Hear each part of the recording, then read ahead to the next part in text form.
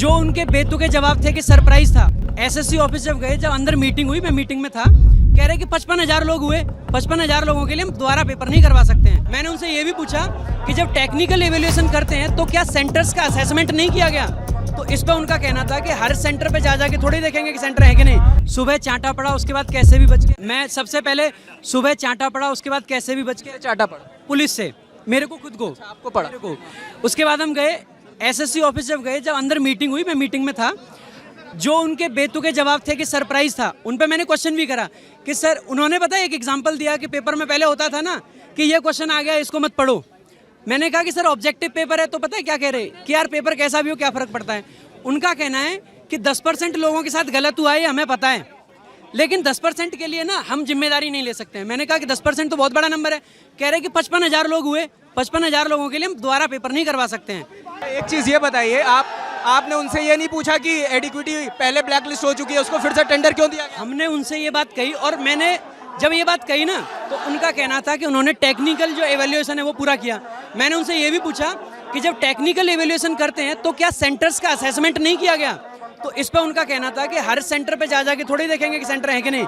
उन्होंने हमसे वादा किया। इनफैक्ट मैं आपको बताऊं ना, जो उन्होंने लॉजिक दिया इतना बेतुका था। उनका कहना था कि कोई आदमी आपसे आके कह जाए कि वो 40 लोगों का खाना आपके यहाँ लेके आएगा और आप 40 लोग बुला लो और वो 20 का लेके आए, तो हम क्या करें? मैंने कहा कि ये कोई लॉजिक है? खाना और पेपर में बच्चों का भविष्य है। करोड़ों की संख्या में उन्होंने डाटाबेस भी बताया कि 2.73 इतना करोड़ बच्चा हर साल पेपर देता है एसएससी का, और इसमें जो टेंडर दिया गया है वो एडिक्विटी को दे दिया गया। तो उनका कहना है कि सब चीज़ें चेक करके दिया गया है, एक चीज़ चेक नहीं है। उन्होंने साफ कह दिया कि कोई पेपर डिले नहीं होगा, कोई पेपर कैंसिल नहीं होगा। अनफेयर हुआ है तो 50,000 बच्चों के साथ अनफेयर हो गया तो क्या हो गया? ऐसा वो कह रहे हैं। उनका कहना है कि 55,000 बच्चों के साथ अनफेयर हुआ है, ये वो खुद मानते हैं, और उसको सारी की सारी फुटेज को वो देख रहे हैं। कह रहे हैं कि इनमें कुछ हो सकता है, स्क्रिप्टेड हो, इसमें हो सकता है, वो हो सकता है। Zero responsibility ultimately zero responsibility. मैं, अविनय सर और एक सर और थे, हम 3 लोग गए थे। ये बताइए, अगर 2400 की वैकेंसी है, अगर 55,000 के साथ गलत हुआ है तो क्या जस्टिफाई करना? उनका कहना है कि फॉर्म 23 लाख लोगों ने भरा है, 23 लाख का तो 55,000 जो है ये 10% भी नहीं हो पा रहा है। उनका ये कहना था। हम लोग अंदर गए थे, मैं था, 2 टीचर और थे, जो डायरेक्टर लेवल पे हमारी मीटिंग हुई थी एसएससी ऑफिस में। और अगर आप उनके जवाब सुनेंगे ना तो आपको हंसी आएगी। हमने एक पॉइंट रेज करा कि जैसे आज 24 तारीख को पेपर हुआ और 25 को उसी लेवल का जो पेपर हो रहा है उसमें 70% क्वेश्चन रिपीटेड हैं। तो पता उनका जवाब ये था कि ये तो अच्छी बात है, क्योंकि बच्चे, उनको लगा होगा कि 24 को ये क्वेश्चन आ गया, अब तो आएगा नहीं, तो इसको अगली शिफ्ट के लिए पढ़ते नहीं है। जबकि ऑब्जेक्टिव पेपर है, अगर क्वेश्चन पता है मतलब आंसर पता है, तो ये तो बहुत अनफेयर है।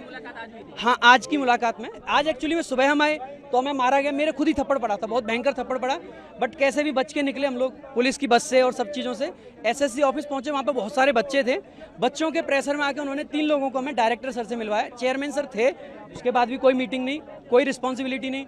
उनका कहना है कि जैसे हमने बताया, मैं पूरा एक ड्राफ्ट बना के ले गया था, पिछले 4 दिन से उस चीज़ पे मैंने काम किया, पूरा डिटेल में हर एक चीज़ का प्रूफ उसमें डाला मैंने, एक छोटी से छोटी चीज़ का प्रूफ डाला, खुद ही ड्राफ्ट बनाया रेलवे के लिए, एसएससी के लिए, और सारे प्रूफ्स भी अटैच करे। तो उनका कहना था कि ये जो प्रूफ्स है ना, आपको कहाँ से मिल रहे हैं ऐसी चीज़ें।